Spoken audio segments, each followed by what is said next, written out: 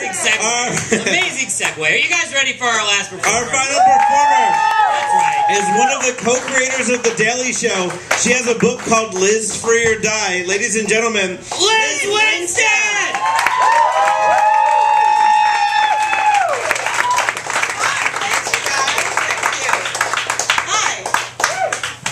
My name is Liz, but most people call me Tildy.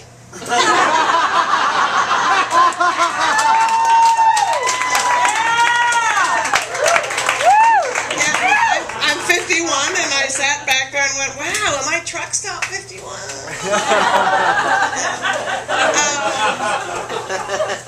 So it's funny because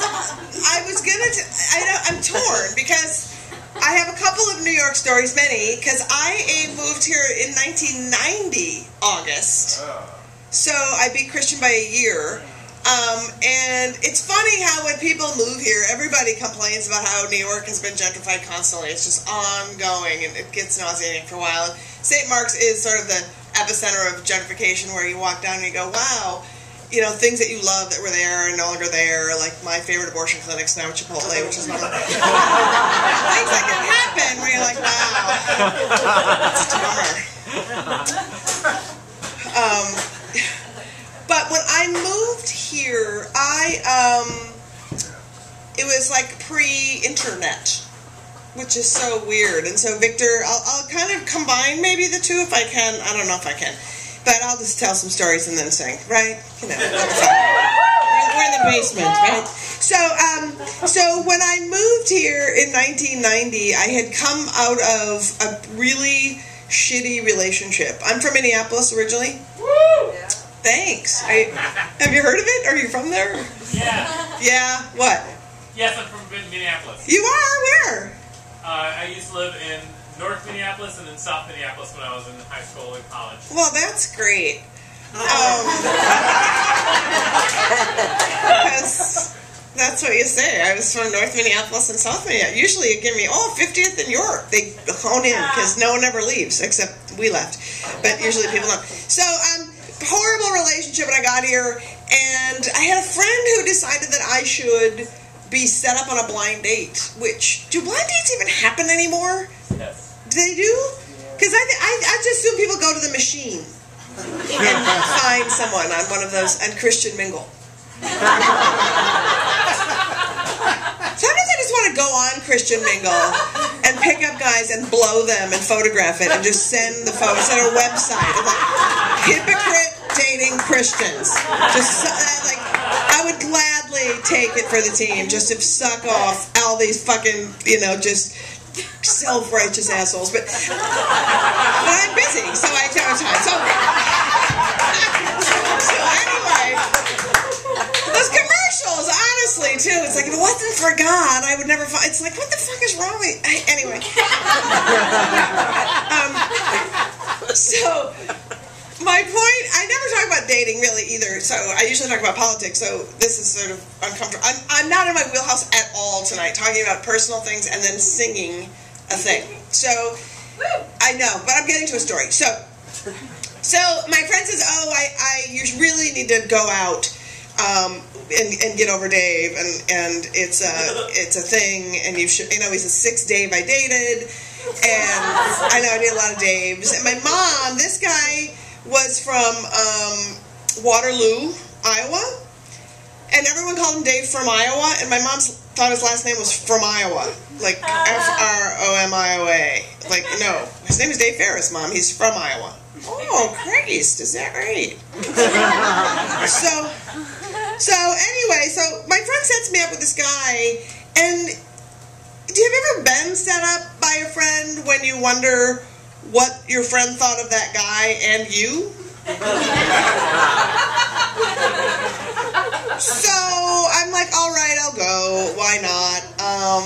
And La Dolce Vita was playing at the Film Forum Theater, and it's one of my favorite movies, and I'd never seen it on a big screen. So I thought, well, that's a date. That's easy enough. So the guy calls me, and he's like, hi, it's Mark. I don't know one interesting Mark. I just don't. I'm sure there's interesting Marks. I've just never met one. So I'm like, okay. I go, so, they're playing La Dolce Vita at the Film Forum. Do you want to go see that? And he goes, isn't that in black and white? I'm like, oh my God, you're kidding. He goes, yeah, I'll go. I'm like, all right, I'll meet you at the theater. And so we meet outside of the theater, and it's kind of cold out, and he's got a satin Yankees jacket on and a Yankees hat. And I have to tell you something that you don't know. If a guy shows up anywhere wearing more than 2 forms of sports memorabilia, he won't go down on you. It's just a fact of life. Just know that. Just run.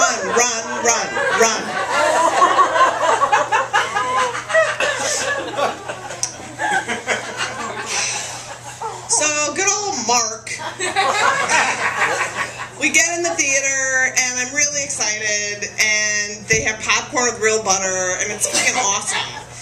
And so I'm watching, and Mark is like falling asleep, and he's like sliding down next to me with that satin jacket rubbing against me, and I'm just repelled by his fucking very being. And he kind of wake up occasionally, you know, and look and hot blonde and watch for a second and fall back to sleep. And I was so annoyed that finally I just took my big, oily popcorn hand and I kind of pushed him aside on his big satin jacket and made this ginormous oily stain on him, and it was excited for a second, but then I'm from Minnesota, so then I felt hideously guilty, because that's what happens there. You feel guilty when someone does something to you, and then it's a whole shame spiral that goes on. So then I felt awful, and the movie was over, and he was like, that was great.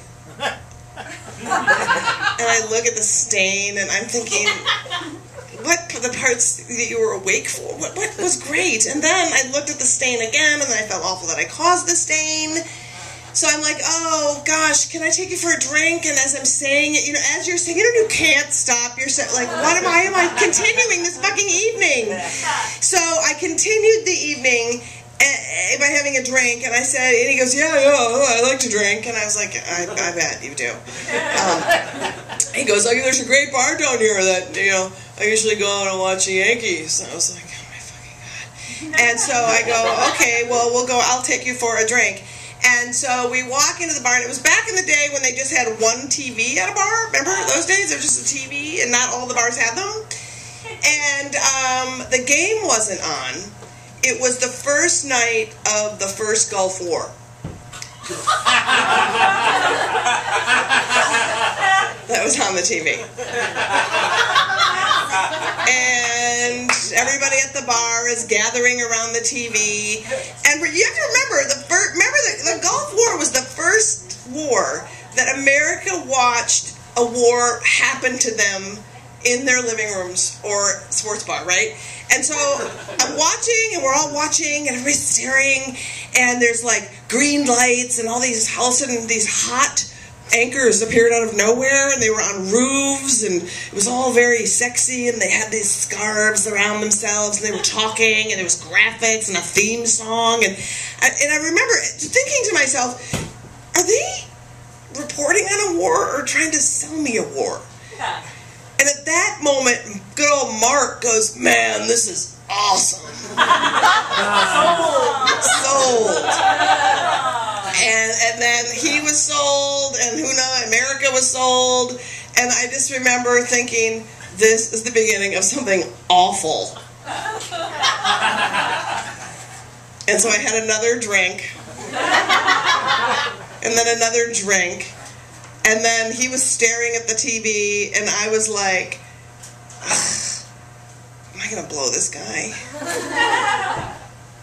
And then he was like, wow, this is like a video game. Like, I could totally do this for my job. And I looked at him and I go, you can't even stay awake in a movie.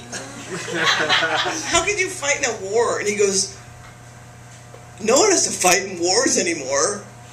And I thought, oh my fucking God, we are doomed. So I had another drink. And then Mark went to the bathroom. And then I drank my drink. And then I drank his drink in about 45 seconds. And then I got my coat and I left. I just left him at the bar. And I left the TV on. And from that point forward, I have never stopped writing comedy material. But how much I fucking hate the media. That's how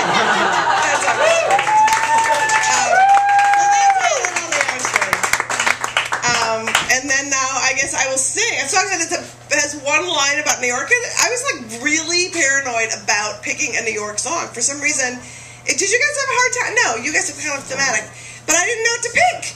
I didn't know what to pick because I thought, oh, other people would pick what I wanted to pick. I actually, for 5 seconds, thought I would do The Message. And then realized, I'm Tildy. I'm not doing The Message.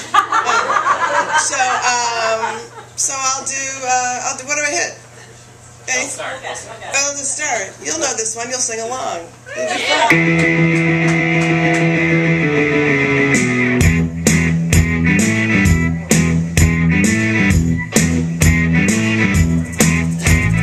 Small Jean Genie snuck off to the city, strung on lasers, snatchback places, eat all your razors while putting out waiters, talking about Monroe and walking on Snow White.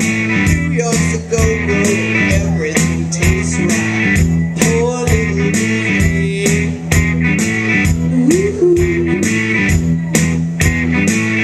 Jean Genie lives on his back. The Genie watching his stacks.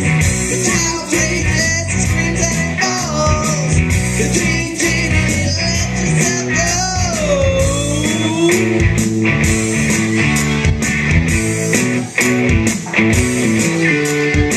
12-second instrumental, 12-second instrumental, 12-second. Fits like a man who smiles like a reptile. She loves him, just for a short while. She'll scratch the sand, go his hand. He says he's a beautician, sells you nutrition, keeps all your dead hair. Poor little Genie.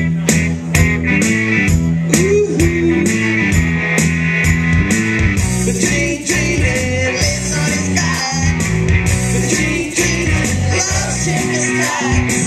The child rages, he screams and he falls. The Genie, let yourself go.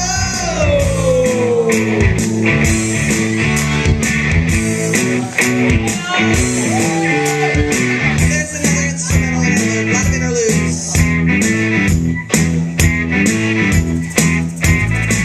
So simple-minded, can't drive his margin, bites on the neon, sleeps in the capsule, loves to be loved, loves to be loved.